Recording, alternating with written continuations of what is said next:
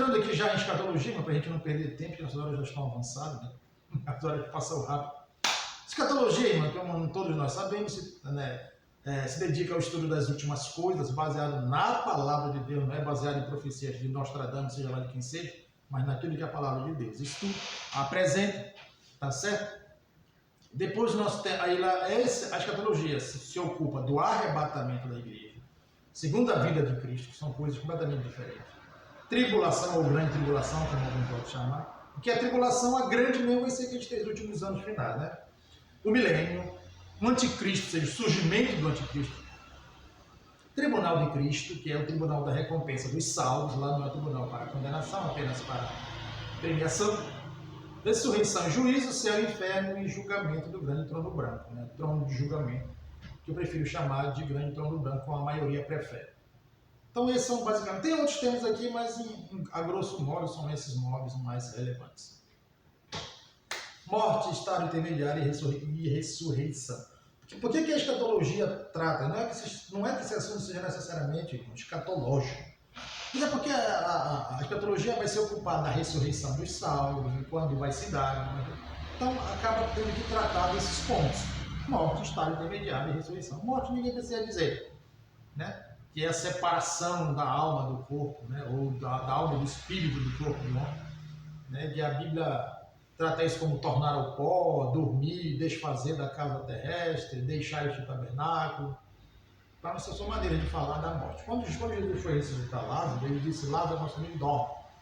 Aí o discípulo disse: bom, se dorme, então está tudo tranquilo, que depois ele acorda. Aí o Evangelho faz questão de dizer que eles não entenderam que Jesus está falando da morte, que ele havia morrido de fato. Certo? Né? A Bíblia mostra 3 tipos de morte, que não é nenhuma novidade para nós: morte física, morte espiritual e morte eterna. Né? Quando o Senhor disse a Adão, se ele comesse da árvore, conhecimento do bem e do mal, ele morreria. Quando ele comeu, ele percebeu que ele não morreu fisicamente, mas espiritualmente toda a glória de Deus se vai da vida dele. É a morte espiritual. Inclusive a morte física é a consequência da entrada do pecado no mundo, né? Tá certo? E a morte eterna é quando o ser humano é condenado, né, ao juízo eterno, está eternamente separado de Deus. Então veja que, embora a pessoa esteja viva andando na terra, muitas vezes ela está morta espiritualmente diante de Deus, por causa dos seus pecados. Tá certo? Vamos andando mais um pouco aqui. A questão do estado intermediário, nós tivemos uma lição de escola dominical até que tratava disso, né?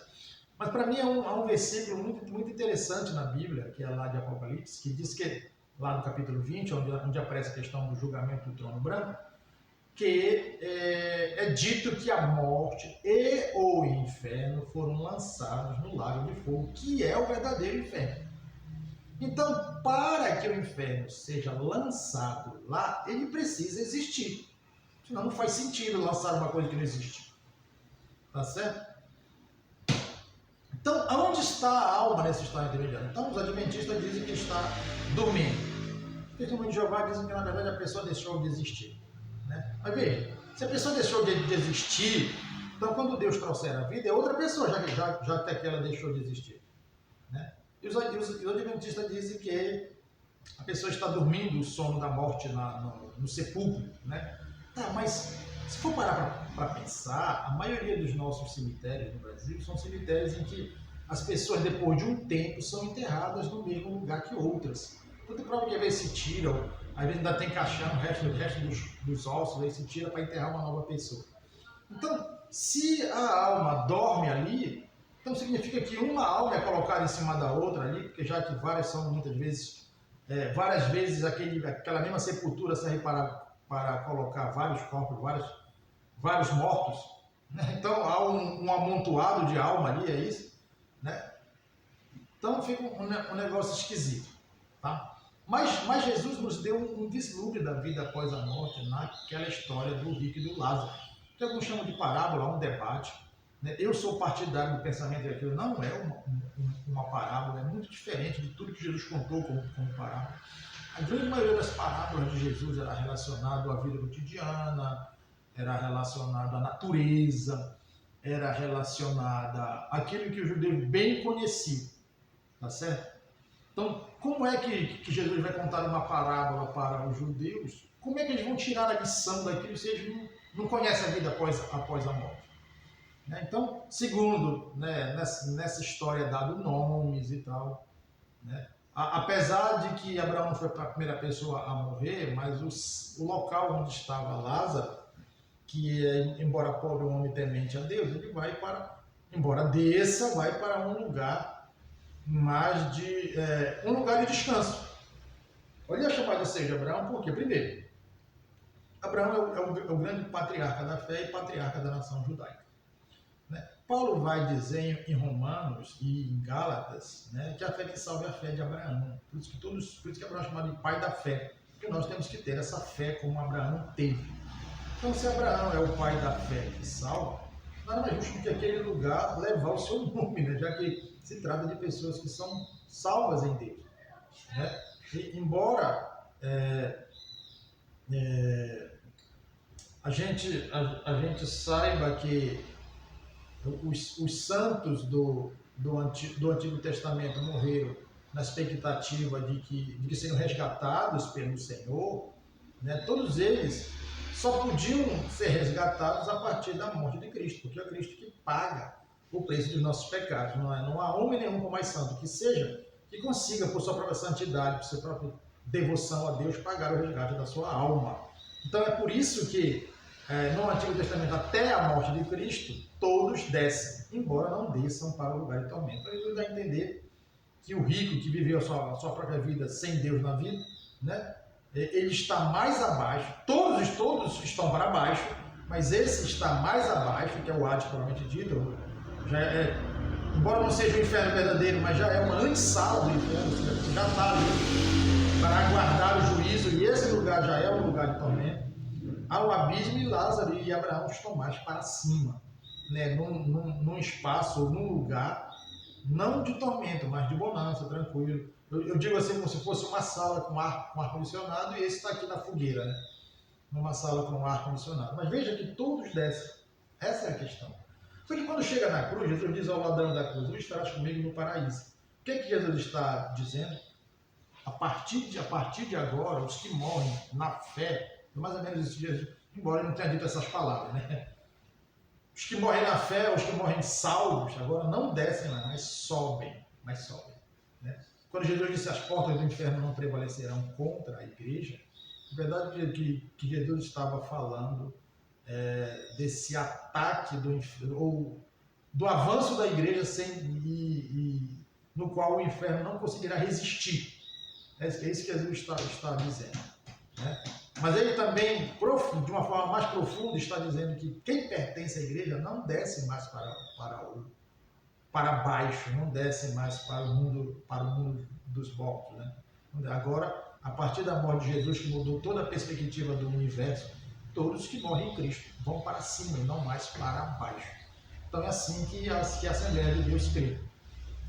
Há muitos outros pontos que a gente poderia argumentar e textos que associar a eles para esclarecer mais esse ponto, mas a ideia principal é isso, até porque não é essa explicação que eu estou dando, é baseado nesse estado intermediário, mas não é a profundidade. Tem mais coisa, tem o texto de Efésios, tem o fato de que Jesus, quando ressuscita, que Maria Madalena o vê e ela quer abraçar o mestre, mas diz: não me toques. Ainda não fui para meu Deus e posso ver. Então tem um negócio bem profundo ali, tá certo? Por quê? Porque como é que ele diz para amar,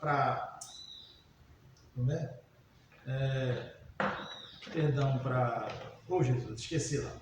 Né? Não me toques. Né? E para Tomé, ele diz: ó, Tomé, toca aqui, tá aqui, ó, a marca aqui, pode tocar. Por que ela não podia tocar e ele podia? E Tomé podia tocar, né? Então, Maria Madalena, né? Maria Madalena. Não me toques, mas para Tomé disse: me toques. Né? Então, são textos que vão falar disso. Pelo menos nós acreditamos que nos dão um vislumbre disso, mas esse não é o ponto necessariamente. O importante é que para nós temos entendido essa história do rico e do Lázaro como uma história verídica. Até porque Pedro disse que da boca de Jesus nunca saiu dolo nenhum. Então, o que Jesus estava contando tinha que ser de alguma forma verdade. Ele disse: não, mas ele estava contando porque era da cultura do povo. Tá, mas tem coisa que, embora seja cultura, é mentira. Embora seja cultural, é mentira. Tá certo? Então isso aqui tem que ser verdade pela própria índole de quem contou, que é do Cristo, do qual nunca dos seus lábios saiu algum dolo, alguma mentira, algum engano. Tá bom? Vamos continuar aqui, irmãos. Tá certo? Ainda vamos para a ressurreição. Nós queremos em 3 ressurreições. Primeiro, a do Cristo, que é a garantia de que nós vamos ressuscitar. Quer dizer, Cristo ter ressuscitado é uma garantia para nós, diz Paulo. Depois nós temos a garantia da ressurreição no arrebatamento da igreja e temos a ressurreição dos santos da grande tribulação. Tá certo? Então nós temos essas 3 ressurreições. E por último temos a ressurreição dos índios. Irmãos, deu um problema aí na gravação do áudio, e aí eu preciso continuar por aqui, tá bom? Os irmãos vão só ver o slide, mas eu vou dando alguma explicação por aqui. Tá? Então, após a ressurreição, o próximo tópico a ser tratado é o arrebatamento da igreja, certo? Que é uma doutrina importante no Novo Testamento, né? Embora Jesus não tenha falado tanto do arrebatamento como evento, mas ele falou bastante da segunda vinda.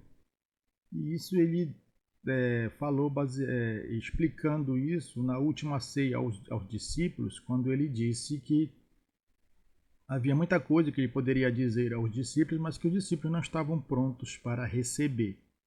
Mas quando viesse o Espírito da verdade, o Espírito conduziria, o Espírito Santo no caso, né, conduziria os discípulos em toda a verdade, ou seja, esclareceria aos discípulos de Jesus, à igreja, aquilo que Jesus não esclareceu plenamente, dado o fato de que os discípulos não estavam prontos para receber tal explicação. Tá certo? E aí vem Paulo explicando na carta aos Tessalonicenses e também no capítulo 15 de 1 Coríntios, explicando esse ponto que Jesus não deixou tão claro. Ou esse assunto que Jesus não falou tanto, que é o arrebatamento da igreja. Tá certo? Então nós temos que ter em mente que arrebatamento e segunda vinda são coisas completamente diferentes. Tá bom? Então, a primeira vinda foi a vinda para o sacrifício, para a salvação do homem, né? E a partir do homem salvo, a igreja ser constituída. No arrebatamento, ele vem para levar da terra essa igreja que ele morreu na cruz do Calvário. E na segunda vinda, ele vem com a igreja para implantar o seu reino milenial. Então precisa ter isso bastante claro em mente, tá bom? O momento do arrebatamento não é mostrado de forma exata, apenas é um momento desconhecido, apenas sinais que nos fariam entender que o arrebatamento está próximo.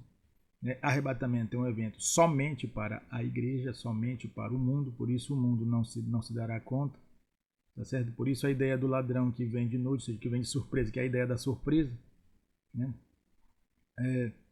O arrebatamento é exclusivo para a igreja e 2 grandes sinais para mim é a apostasia, tá certo? E a frieza espiritual que se dão no contexto da igreja, já que o arrebatamento é um evento apenas para a igreja. Uma distinção entre arrebatamento e segunda vinda é o fato de que Jesus vem do céu e ele vem até as nuvens. Que local é esse? Um local para cima que nós não sabemos aonde, mas que podemos entender que é o local aonde se dará o julgamento dos salvos, o tribunal de Cristo. Então Jesus vem para esse local, ele não vem para a terra, por isso que não é uma segunda vinda. E a igreja vai ao encontro dele nesse local para ser julgado. Tá certo? Então ele não pisará na terra como pisou na primeira vinda e pisará na segunda. Tá certo? Todo olho verá, né? No arrebatamento, como é um evento só para a igreja, o mundo não verá. Mas na segunda vinda, como é um evento para o mundo também, então todo olho o verá. Né? No arrebatamento, a igreja é levada antes da grande tribulação. Na segunda vinda, ela virá com Cristo após a grande tribulação. Porque os salvos serão levados para o tribunal de Cristo e depois, mais para cima, para o céu, para as bodas do Cordeiro. E vão passar lá 7 anos para voltarem no final da grande tribulação. Tá certo, irmãos? Então, basicamente, esse deve ser o entendimento e a distinção entre arrebatamentos e segunda vinda. Outras coisas poderiam ter sido acrescentadas, mas essas já são bem relevantes para nós percebermos essa distinção. Na segunda vinda se cumprirá em Zacarias, que ele colocará os seus pés sobre o Monte das Oliveiras, tá certo? Mostrando que isso de fato é uma vinda. né, para o mesmo local onde ele veio da primeira vez. O arrebatamento não, ele não vem até a Terra, ele vem só até as nuvens. Ou seja, ele vem numa dimensão onde e num espaço e num local onde se dará o julgamento da igreja, e daí a igreja parte para o céu, para as bodas do Cordeiro.